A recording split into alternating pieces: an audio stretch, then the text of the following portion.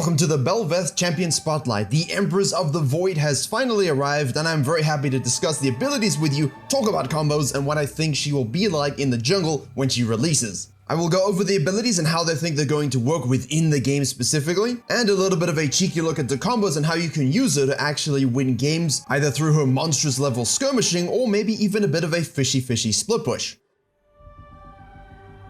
Her passive is called Death in Lavender. This is where after using an ability, Bel'Veth's next 2 attacks have increased attack speed. Additionally, whenever Bel'Veth takes down a large monster or champion, jungle by the way, she gains permanent bonus attack speed in the form of Lavender stacks. Bel'Veth attacks faster than normal and does not have an attack speed cap. However, her attacks and on-hit effects deal reduced damage, and she does not gain attack speed on level up. And now yes, I'm going to use my webcam on this channel because I just got the Kaiser statue and I decorated the lighting in lavender just for this passive. But this is the interesting one. So when you guys saw the gameplay clips that were leaked over the weekend, I'll put a few B-roll shots for you now.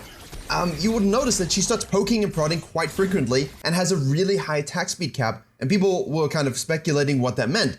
In the end, it means that she doesn't have an attack speed cap, but there are some reduced benefits to that, because whenever you do that with someone and give them a huge amount of attack speed, especially when it violates the laws of attack speed physics, you can't give them all the benefits, and that's why they're reducing that. And the whole built-in kind of eyeball rune set with her taking down of monsters and champions gaining bonus attack speed through those lavender stacks, that's going to be something to check on as she snowballs in a game, which means a very heavy snowball component to the jungler, which means you're kind of going to want to probably get on the map, get invading, get ganking. You might be able to justify AFK farming just by getting those monsters if she can farm reasonably quick, but of course we'll have to wait to see what final numbers go on live and how that actually plays out. I will make a full guide discussing it, but overall, I'm liking the fact that she's looking to be an attack speed-based champion, good for most of us with terrible mechanics, but also something that has snowballing and scaling contained within her kit. Her Q is called Void Surge. Bel'Veth dashes in one of 4 directions, dealing damage to all enemies she passes through and applying on-hit effects. Hello, Sheen Gaming. Each direction has its own unique cooldown that scales with attack speed. And now this is the ability that everyone was freaking out about over the weekend, and obviously with the gameplay trailer release, because they thought, uh-oh, 200 years, 300 years, 3,000 years,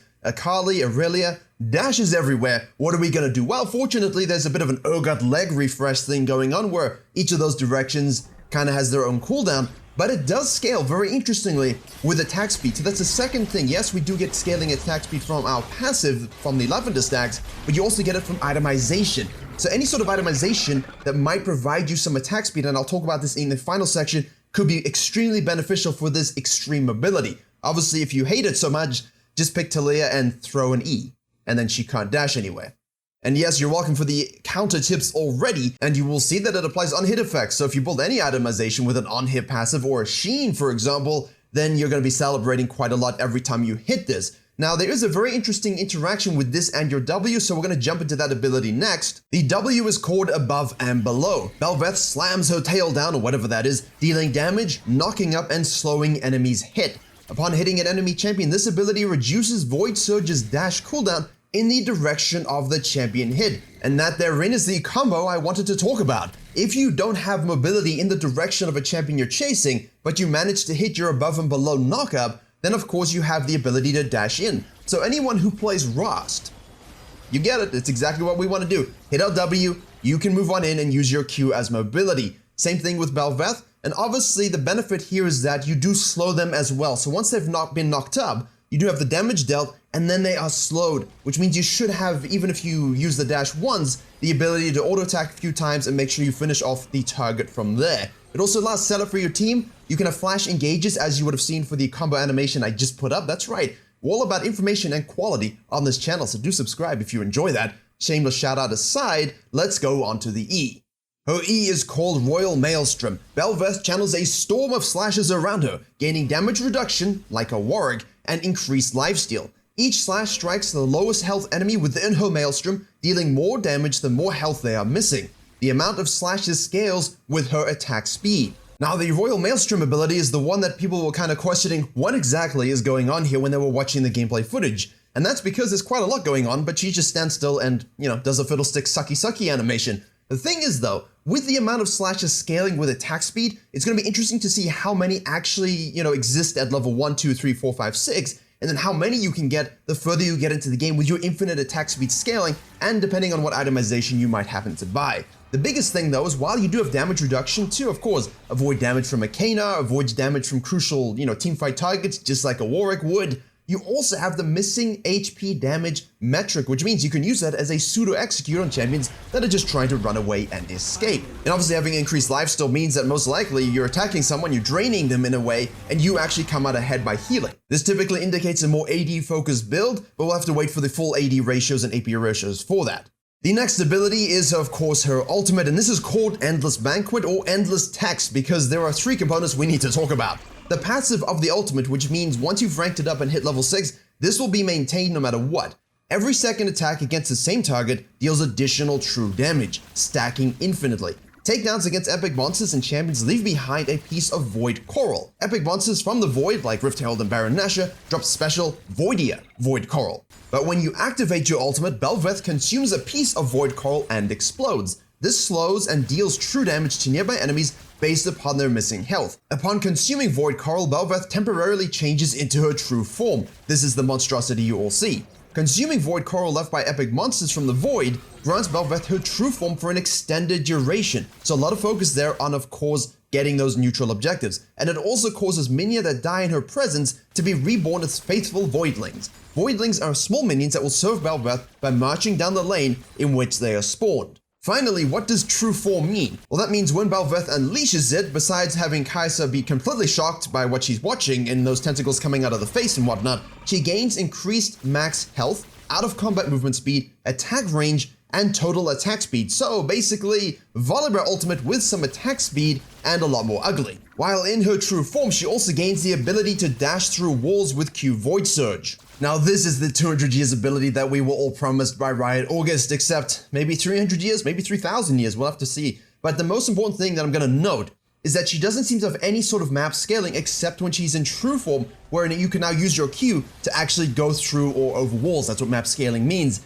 That might affect certain viabilities in the high elo pro play scene, but if she's strong enough where it doesn't matter and her movement speed can really be amplified through, of course, scalings and itemization, that's less of an issue, but definitely something to make note of. Now, obviously, the passive here where we do more additional true damage is great for something that has a lot of attack speed, where you might not be building a lot of raw damage in that sense. DPS is where she's going to thrive, and having true damage through that DPS and attack speed scaling could be absolutely brutal for enemy teams, because you can't itemize against it. We'll have to see how exactly it scales. I'll have a section at the end where I can talk about that. And obviously it does stack infinitely, so you have to be aware of that. Takedowns against epic monsters and champions leave behind a piece of Void Coral. This is a thing where people are picking this up and allowing her to actually get even stronger. And this is where she becomes the real monster of the map, running around with huge attack speed, extra HP, really seemingly unkillable with that out of combat movement speed where she can stick to targets, and of course the increased attack range is really, really nice. But the most important thing is not only does she become stronger and do damage when she picks up these corals and allows her to kind of keep going and running over fights, sort of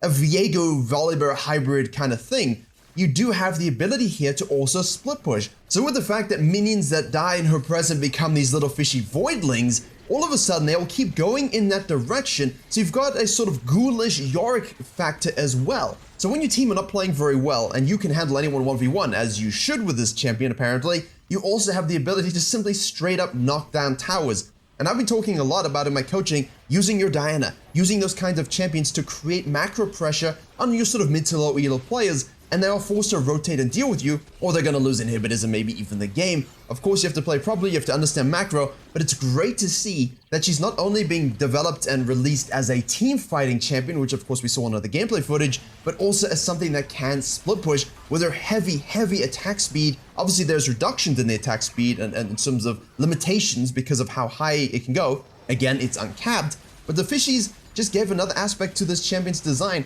really something that looks like it could thrive in solo queue hugely, and obviously in pro play with these sort of void coral explosions, the true damage, the max HP damage, all of this, missing HP damage, all of this can come together for an insanely well-rounded champion, one of the best junglers we've seen in a few years, and hopefully the numbers and everything will be balanced to support this and not have it become like a Rise or something like that. Okay, and very briefly, I want to talk about the ratios and what that might mean for ability maxes and itemization. Obviously, this is thanks to Surrender at 20 and Skin Spotlights for getting the data straight from the PvE, nice and fresh. This you can double check on this table, the wiki. I would check tomorrow once we've had all the full updates of the current patch, and this is updated as well. This is technically on the lower side in terms of like base HP, but all of this is shifting and all of this could change in the next 2 weeks. So we're going to focus mostly on straight up absolute ratios. Although we can say that the attack range is in fact basically the same as your Rengars and Katarinas and Riven, so she is a melee. And let's start off with the ultimate. As you can see, 1 second cooldown. That's because if you simply do not have the Void Coral activated or on the map, you simply cannot use your ultimate. So it's kind of like a Viego thing. You don't want him to get resets? Don't die. And obviously that patch coming forward tomorrow and for the next couple of weeks will basically help with that for sure. However, what you will notice here is that we have an AD scaling for the true damage, okay? So the more AD you have, the higher true damage you will do on the passive, but your damage then from your explosion is scaling with AP. Obviously we have the missing health true damage, but it scales with 100% AP. And down here, while in a true form, Bel'Veth gains several evolutions, 100, 150, 200, 165% AD ratio, and a 90% AP ratio. So hybrid champion, 100% something we can look at for sure. And obviously things like Kaiser already do that. And obviously as you rank up your ultimate, you get the movement speed increase, the attack range increase, and of course the attack speed increase as well. And right, for the Q, this is what's interesting here. We have per direction cooldown 16 to 12. So we're going to need to max that, and I think a lot of haste in terms of our itemization is going to be huge, but obviously this is reduced with attack speed purchases. So you want to buy a lot of attack speed, you want to buy it early. And I have been thinking about perhaps a sort of Nash's Tooth infiltration. I will talk about that a little bit in the ultimate section, but of course there's no AP scalings on the Q ability, 110% AD, which means that as a full-on physical and AD damage build, I think we'll definitely be maxing this. We do have here above and below the W, does have itself a juicy 125% AP ratio scaling, so secondary max into the W with an AP focused build. Of course, Nash's Tooth 100% could be absolutely exquisite, but I do think we might be looking at hybrid itemization, much like a Kaiser and a Volibear can do, at least personally. I prefer this. It definitely works well with my playstyle. As you can see here, we do have good AD scalings. Overall, going to be an AD champion. And as you can see, 12 to 8 second cooldown on the W, and the E will be around 22 seconds to 14. So deciding which one we want to max first, second, and third, definitely Q for sure, because obviously we're going to get that benefit. But at the same time, there could be a world and an environment where you don't necessarily max the Q and you perhaps max W, but I need to play around with it. That's the kind of weird details we need to play with more before we can get a full-on guide. And in a full-on guide, I will discuss that. Although based on the fact that attack speed helps the cooldown on your Q and your mobility, maybe there is a W max as a core ability with any build, but that's something we're going to have to see how it feels in terms of different items and different combinations. But definitely think here a AD focused build with some attack speed and AP could be a nice hybrid skill set, or at least build set, to allow you to maximize all of the champion's benefits and scalings. And in terms of runes, I think Conqueror will look very, very good. You might have a Dark Harvest scaling rune set if you want to go more AP focused, and at the same time having obviously Lethal Tempo give you that attack speed bonus, which will help you in those skirmishes, 1v1 100%. That could be interesting too, so that's what I'm thinking of testing on PvE over the next 2 weeks. And for the final of the base abilities, the E, we have 22 second base cooldown that scales up to 14, which means if you're maxing Q, which we anticipate, you can actually max the second as well, because there is a huge increase, or decrease rather, in the cooldown when you level this. And worth noting here, we have a 70% damage reduction, which makes Master Yi 60% damage reduction on his Meditate, look very low. That's super, super strong. And aside from that damage reduction that we see, we also have lifesteal that scales with 100% of your lifesteal. So if you have something like a Bloodthirster, for example, all of a sudden you've got that bonus scaling with your lifesteal as well on the E ability. You do also have regular attack damage bonuses here for the rest of the ability. So while the ultimate is a hybrid ultimate, much like Volibear in that sense, the E is very much an AD threat, which will full-on complement your regular AD builds, and that's definitely what we're looking to go for. You would have seen some of the clips using a GA, for example. I do think there's room for a Nash's Tooth amplification, which is something I always love. Nash's Tooth is also a Void-style itemization choice, so kind of like Blade of the Rune King on Viego, there's a lore synergistic synergy. That makes no sense, but you know what I mean. So potentially that is an option. We will have to see, obviously, and in the full guide I release, I will discuss all of the builds in great detail once we have some data and final numbers. And there you have it. I hope to give you as much information as possible that we know, plus with as much quality as I can in the short time frame of release. But if you want to know how to use Bel'Veth as a jungler to have the best success, this channel is the place for you. Start with the video on the top right.